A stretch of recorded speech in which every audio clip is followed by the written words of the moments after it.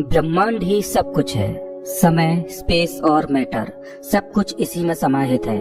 हमारी पृथ्वी इस ब्रह्मांड में चट्टान का घूमता हुआ एक कण भर है, जो हमारी मिल्की वे गैलेक्सी में मौजूद 200 अरब तारों में से एक का चक्कर काट रही है।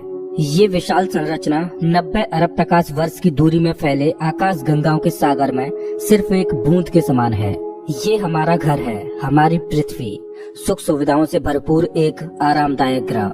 एक बार रोजमर्रा के कामों को छोड़ आसमान को देखिए, क्या दिखाई देता है। आसमान में फैली एक विशाल काली चादर में टिमटिमाते हुए तारे कितने खूबसूरत लग रहे हैं। रात में हम जिन तारों को देख पाते हैं वो सब हमारी मिल्की वे गैलेक्सी के एक छोटे से पैच के तारे हैं। हमारी गैलेक्सी में हम यहाँ रहते हैं और रात के समय में हमें सिर्फ इस छोटी सी जगह के तारे दिखाई देते हैं। कितनी विशाल है हमारी गैलेक्सी, लेकिन क्या ब्रह्मांड के सापेक्ष में हमारी गैलेक्सी का कोई अस्तित्व है? नमस्कार दोस्तों, मैं हूं श्याम तोमर। स्वागत करता हूं आपका इस एपिसोड में, जिसमें हम ब्रह्मांड के आखिरी छोर तक का सफर करेंगे। तो अपनी सीट बेल्ट बांध लीजिए, क्योंकि हमारा ये सफर बहुत ही रोमांचक और खतरों से भरा होने वाला है। तो चलिए पृथ्वी की सतह से उड़ान भरते हैं और ब्रह्मांड के आखिरी छोर की ओर चलते हैं। जैसे जैसे हम पृथ्वी की सतह से ऊपर उठते जा रहे हैं, वैसे वैसे हमें पृथ्वी की सतह ब्लू स्फीयर की तरह दिखने लगी है। यह है इंटरनेशनल स्पेस स्टेशन, इंसानों द्वारा स्पेस में बनाई गई सबसे बड़ी चीज। ये 27,580 किलोमीटर प्रति घंटे की रफ्तार से पृथ्वी के चक्कर काट रहा है, जो कि पृथ्वी की सतह से लगभग 400 किलोमीटर ऊपर है। और ये 24 घंटे में लगभग 16 बार पृथ्वी के चारों ओर घूम जाता है।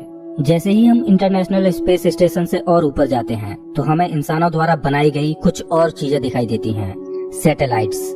अंतरिक्ष में इंसानों द्वारा भेजी गई हजारों सैटेलाइट्स पृथ्वी का चक्कर काट रही हैं। सैटेलाइट्स का अंतरिक्ष में एक जाल सा बिछा हुआ है। चलिए और ऊपर चलते हैं। इतने ऊपर से पृथ्वी का नजारा तो देखिए, कितना खूबसूरत लग रहा है हमारा ये नीला ग्रह। हम पहुंच चुके हैं चांद के पास। हमसे पहले यहाँ पर 12 एस्ट्रोनॉट्स आ चुके हैं, जिनमें नील आर्मस्ट्रांग पहले व्यक्ति थे जो इसकी सतह पर उतरे थे, और उनके पैरों के निशान आज भी चांद की सतह पर देखे जा सकते हैं। चांद पर कोई वायुमंडल नहीं है, इस वजह से ये निशान सदियों तक ऐसे ही बने रहेंगे। हम अभी अपने घर से लगभग 4 लाख किलोमीटर दूर हैं और चंद्रमा से हमारा ग्रह कुछ इस तरह का दिखाई देता है। ऐसा लग रहा है जैसे अंतरिक्ष में एक ब्लू मार्बल रखी हो। चांद की सतह एक बैटल फील्ड की तरह लग रही है, जिसने पिछले अरबों सालों से कॉमेट्स और एस्ट्रॉइड्स की मार को झेला है। चांद का कोई वायुमंडल नहीं है जो कि कॉमेट्स या एस्ट्रॉइड्स को स्पेस में ही जला दे। सौभाग्य से हमारी पृथ्वी का वायुमंडल है जो हमें स्पेस से आने वाले खतरों से बचाता है। चलिए अंतरिक्ष में एक लंबी छलांग लगाते हैं। ये है हमारे सौर मंडल का सबसे चमकीला ग्रह वीनस। इसको पृथ्वी की छोटी बहन बोला जाता है, क्योंकि ये पृथ्वी की ही तरह रॉकी प्लैनेट है, जिसकी ग्रेविटी लगभग पृथ्वी के ही समान है। लेकिन ये ग्रह एक नर्क की तरह है, क्योंकि इस पर होती है भयंकर बारिश, पानी की नहीं बल्कि एसिड की। इसके एटमॉस्फेयर में जो बादल दिखाई दे रहे हैं वो सल्फ्यूरिक एसिड के हैं। हमारे सौर मंडल में सिर्फ वीनस ही एकमात्र ऐसा ग्रह है जिस पर सबसे ज्यादा ग्रीन हाउस इफेक्ट होता है। सूर्य की गर्मी इस पर आती तो है, लेकिन वापस नहीं जा पाती, जिस वजह से हीट इसके एटमॉस्फेयर के अंदर ट्रैप होकर रह जाती है। यही कारण है कि शुक्र ग्रह हमारे सौर मंडल का सबसे गर्म ग्रह है, जिसका तापमान 465 डिग्री सेल्सियस है। इसकी सतह पर काफी मात्रा में ज्वालामुखी मौजूद हैं, जो इस ग्रह को और ज्यादा खतरनाक बनाते हैं। इस एंग्री प्लैनेट पर कुछ भी सरवाइव नहीं कर सकता। चलिए अपनी जर्नी को और आगे बढ़ाते हैं। ये है सूर्य के सबसे पास मौजूद ग्रह मरकरी। इस ग्रह की धरती हमारे चंद्रमा जैसी नजर आती है, जिस पर बड़े बड़े गड्ढे मौजूद हैं। इस ग्रह के दिन और रात के टेम्परेचर में बहुत ज्यादा डिफरेंस है। रात के समय में इसका तापमान -170 डिग्री सेल्सियस पहुंच जाता है, तो दिन के समय में 400 डिग्री सेल्सियस को भी पार कर जाता है। चलिए आगे बढ़ते हैं। ये है हमारा भगवान। यही है जो अपनी ऊर्जा से पृथ्वी पर जीवन को चला रहा है। अगर ये न होता तो हम न होते। पृथ्वी से लगभग 150 मिलियन किलोमीटर दूर मौजूद ये तारा इतना बड़ा है कि इसमें लाखों पृथ्वियां समा जाएं। सूर्य इतना भारी है कि इसकी ग्रेविटी पूरे सोलर सिस्टम को कंट्रोल कर रही है। इससे निकलने वाली लपटें इतनी बड़ी होती हैं कि सूर्य की सतह से हजारों किलोमीटर ऊपर तक चली जाती हैं। चलिए अपनी यात्रा को आगे बढ़ाते हैं। ये है पृथ्वी का सबसे नजदीकी ग्रह मंगल। इसकी धरती लाल है, इस वजह से इसे लाल ग्रह भी बोला जाता है। वैज्ञानिक मंगल ग्रह के बारे में जानने के लिए बड़े ही उत्सुक हैं, क्योंकि वैज्ञानिक कहीं न कहीं ये अनुमान लगाते हैं कि मंगल ग्रह हमारा पास्ट है। वैज्ञानिक मानते हैं कि अतीत में मंगल की धरती पर जीवन फला फूला होगा। मंगल की धरती पर भी सागर मौजूद थे, नदियां मौजूद थीं, इसका खुद का एक एटमॉस्फेयर था। लेकिन आज ये ग्रह वीरान और बंजर पड़ा है। आज वैज्ञानिक इस ग्रह पर सूक्ष्म रूप में ही सही बैक्टीरिया के रूप में जीवन खोजने में जुटे हैं और वैज्ञानिक इस ग्रह पर भविष्य में बस्तियां बसाने की सोच रहे हैं। अगर हम मंगल पर आए हैं तो हम इसे कैसे मिस कर सकते हैं। ये है ओलंपस मॉन्स, एक प्राचीन ज्वालामुखी। मंगल की धरती पर ज्वालामुखी से बना ये पहाड़ पृथ्वी की सबसे ऊंची चोटी माउंट एवरेस्ट से भी लगभग 3 गुना ऊंचा है और ये हमारे सोलर सिस्टम की सबसे ऊंची चोटी है। अगर मंगल की धरती से हम अपने ग्रह पृथ्वी को देखें तो ये कुछ इस तरह की दिखाई देती है। अब आगे की यात्रा थोड़ी सी डरावनी होने वाली है, क्योंकि अब हम एस्ट्रॉयड बेल्ट में प्रवेश कर रहे हैं, जो कि मंगल और बृहस्पति ग्रह के बीच मौजूद है। इसमें मौजूद हैं बड़ी बड़ी और विशालकाय चट्टानें, जो कि सूर्य के चारों ओर घूम रही हैं। इस एस्ट्रॉयड बेल्ट में इतनी बड़ी बड़ी चट्टानें मौजूद हैं कि अगर ये सब आपस में मर्ज हो जाएं, तो इनसे एक बड़े ग्रह का निर्माण हो सकता है। इस बेल्ट में इतने बड़े बड़े एस्ट्रॉइड्स मौजूद हैं कि इन पर एक बड़ा शहर बसाया जा सके। जैसा कि हम जानते हैं कि 4.5 बिलियन साल पहले हमारे सौर मंडल में ग्रह बने, लेकिन एस्ट्रॉयड बेल्ट में मौजूद ये मलबा जैसा का तैसा रह गया। एस्ट्रॉयड बेल्ट में मौजूद मलबा एक प्लैनेट बन सकता था, लेकिन एक बड़ी शक्ति ने इस मलबे को प्लैनेट नहीं बनने दिया और वो शक्ति थी जुपिटर।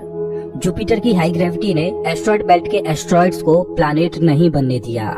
जुपिटर हमारे सोलर सिस्टम का सबसे बड़ा प्लैनेट है और इसके ढेर सारे चंद्रमा हैं। ये इतना बड़ा है कि हमारे सोलर सिस्टम के अन्य सभी प्लैनेट्स को मिलाकर भी इतना बड़ा ग्रह नहीं बनाया जा सकता। ये है जुपिटर का ग्रेट रेड स्पॉट। ये लाल धब्बा जुपिटर की सतह पर सदियों से चला आ रहा है। ये एक विशाल तूफान है। ये रेड स्पॉट इतना बड़ा है कि इसमें 3 पृथ्वियां आ जाएं। जुपिटर एक गैसीय प्लैनेट है, इस वजह से इसकी सतह पृथ्वी की तरह ठोस नहीं है। अगर आप जुपिटर की सतह पर उतरे तो आप इसकी सतह पर खड़े नहीं हो सकते, बल्कि सीधे इसके अंदर चले जाओगे। जुपिटर जितना वायलेंट और विनाशकारी है, वहीं इसके चंद्रमा जीवन के पनपने के लिए आइडियल साबित होते हैं। जुपिटर के दर्जनों चंद्रमाओं में से एक है यूरोपा, जो कि पूरी तरह बर्फ की मोटी चादर से ढका हुआ है। वैज्ञानिक मानते हैं कि यूरोपा की सतह पर जमी हुई बर्फ के नीचे पानी तरल रूप में मौजूद है।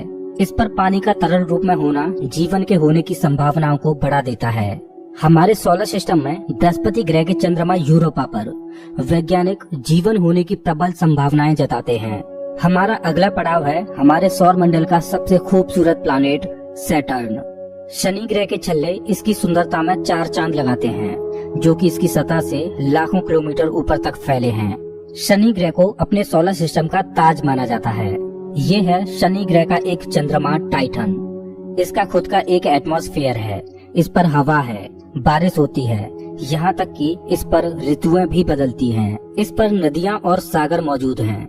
ये चंद्रमा देखने में लगभग पृथ्वी की ही तरह है, लेकिन इस पर जो नदियाँ और सागर हैं वो पानी के नहीं बल्कि लिक्विड नेचुरल गैस के हैं। अगर हम किसी भी तरह इस नेचुरल गैस को पृथ्वी पर ला पाएं, तो ये इतनी ज्यादा है कि हजारों सालों तक ये हमारे शहरों को रोशन कर सकती है। वैज्ञानिक अनुमान लगाते हैं कि अरबों साल बाद जब सूर्य गर्माने लगेगा और एक रेड जाइंट बन जाएगा, तब टाइटन हैबिटेबल जोन में होगा। उस समय टाइटन पर पृथ्वी जैसी परिस्थितियां मौजूद होंगी। इस वजह से वैज्ञानिक टाइटन को भविष्य की पृथ्वी मानते हैं। अभी हम अपने घर से इतने दूर आ चुके हैं कि यहाँ से हमारी पृथ्वी एक डॉट की तरह दिखाई देती है। अब जैसे जैसे हम अंतरिक्ष की गहराई में और आगे बढ़ते जाएंगे, वैसे वैसे पृथ्वी हमारी आंखों से ओझल होती जाएगी। हमारा अगला पड़ाव है यूरेनस। प्राचीन समय में यूरेनस और नेपच्यून के बारे में कोई भी जानकारी नहीं थी, जब तक कि टेलीस्कोप का आविष्कार नहीं हुआ। हमारी सौर व्यवस्था का सबसे आखिरी प्लैनेट है नेपच्यून। हमारा सोलर सिस्टम बहुत बहुत बड़ा है, लेकिन नेपच्यून के बाद भी हमारा सोलर सिस्टम खत्म नहीं हो जाता। अपने सोलर सिस्टम की गहराई में हम आगे बढ़ते हैं तो हम पहुंच जाते हैं कुइपर बेल्ट में, जो पिछली एस्ट्रॉयड बेल्ट से 20 गुना चौड़ी और 200 गुना ज्यादा फैली है। ग्रहों की लिस्ट से बेदखल किया जाने वाला प्लूटो भी इसी कुइपर बेल्ट का सदस्य है। कुइपर बेल्ट में एस्ट्रॉयड बेल्ट से भी ज्यादा बड़े बड़े ऑब्जेक्ट्स मौजूद हैं, जिनकी खुद की ग्रेविटी की वजह से इनके चंद्रमा भी हैं। चलिए कुइपर बेल्ट को पार करके आगे चलते हैं। हमारी पृथ्वी से 13 बिलियन किलोमीटर दूर ये है सूर्य से सबसे दूर मौजूद ऑब्जेक्ट सेडना। ये एक बौना ग्रह है जो एक ऐसा स्पेस ऑब्जेक्ट है जो सबसे दूर सूर्य की परिक्रमा कर रहा है। इसकी खोज 2003 में हुई थी। ये सूर्य की एक परिक्रमा 10,000 सालों में पूरी कर पाता है। चलिए अब अपने सोलर सिस्टम से बाहर का रुख करते हैं। अभी हम इंटरस्टेलर स्पेस में प्रवेश कर चुके हैं। देखिए देखिए, अंतरिक्ष की गहराई में ये क्या ट्रेवल कर रहा है। ओह, ये तो वॉयेजर 1 स्पेसक्राफ्ट है। यही तो इकलौता स्पेसक्राफ्ट है जो कि इंसानों द्वारा बनाई गई सबसे दूर मौजूद चीज है। ये पृथ्वी से अब तक 19 अरब किलोमीटर दूर जा चुका है। इस स्पेसक्राफ्ट ने अंतरिक्ष के काफी सवालों से पर्दा उठाया है। ये बंदूक से निकली बुलेट से भी 20 गुना तेज ट्रेवल कर रहा है। चलिए अपनी यात्रा को और आगे बढ़ाते हैं। अभी हम अपने सोलर सिस्टम की हदों से इतने दूर आ चुके हैं कि यहाँ से हमारा सूर्य एक आम तारे की तरह दिखाई दे रहा है, लेकिन इतनी दूर से भी इसकी ग्रेविटी को महसूस किया जा सकता है, क्योंकि अरबों की संख्या में यहाँ पर कॉमेट्स को देखा जा सकता है जो सूर्य की ग्रेविटी से बंधे हुए हैं। इन कॉमेट्स में इतना ज्यादा पानी है कि अगर ये सब इकट्ठे हो जाएं, तो ये पृथ्वी से भी ज्यादा बड़े और गहरे सागरों को भर दें। वैज्ञानिक मानते हैं कि पृथ्वी पर ज्यादातर पानी कॉमेट्स के द्वारा ही आया है। पेंसपर्मिया थ्योरी के अनुसार पृथ्वी पर जीवन कॉमेट्स के द्वारा ही धरती पर आया।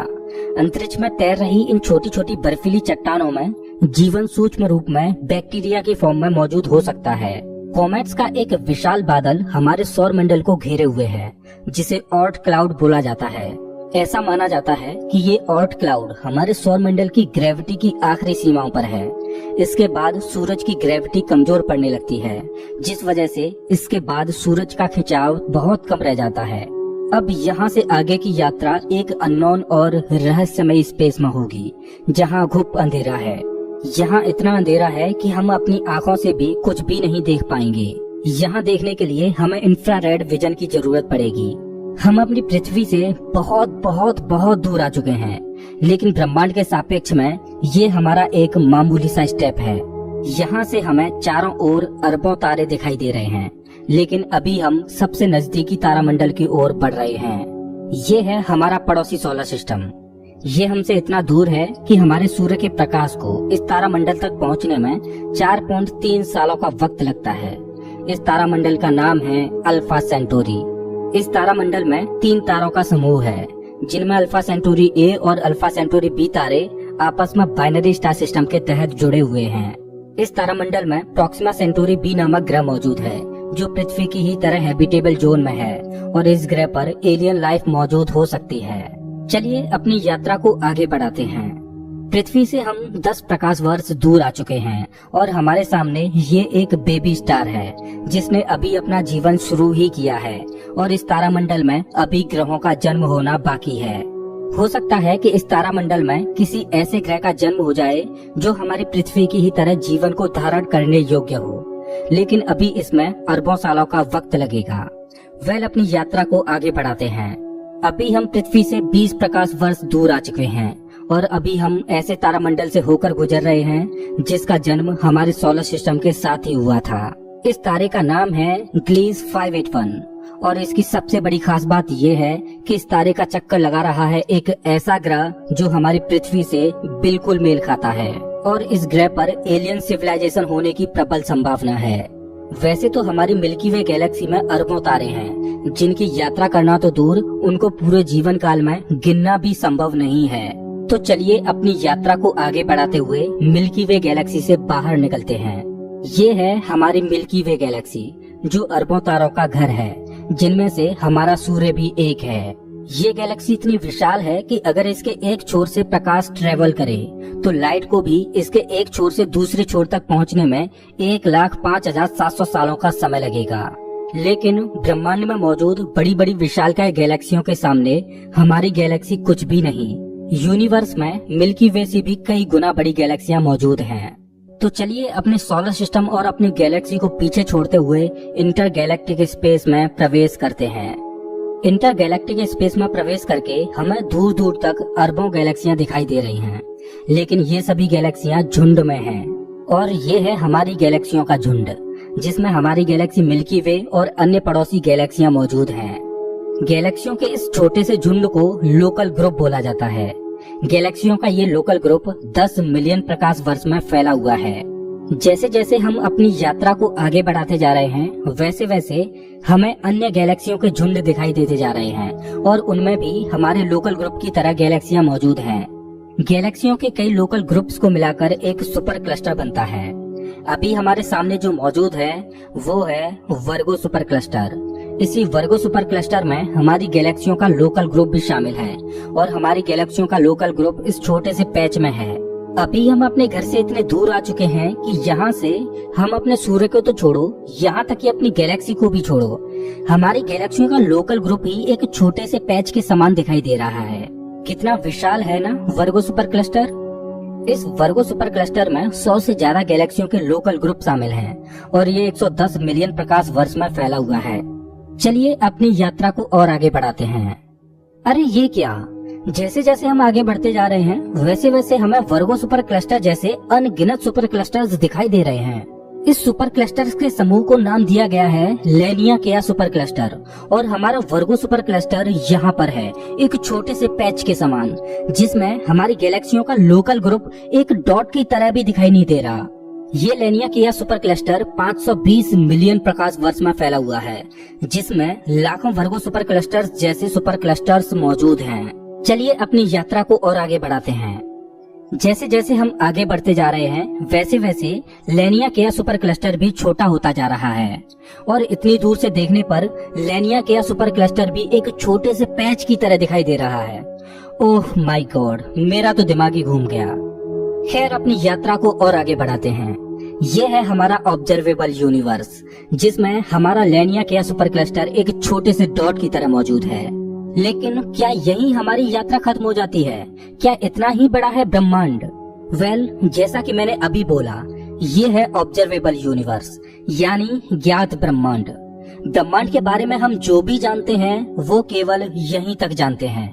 हो सकता है कि ब्रह्मांड का विस्तार आगे भी हो जो अनंत तक चलता जा रहा हो, लेकिन वहाँ से हम तक कोई प्रकाश ही नहीं पहुँच पा रहा हो जिससे हमें ऑब्जर्वेबल यूनिवर्स के बाहर का भी पता चल सके।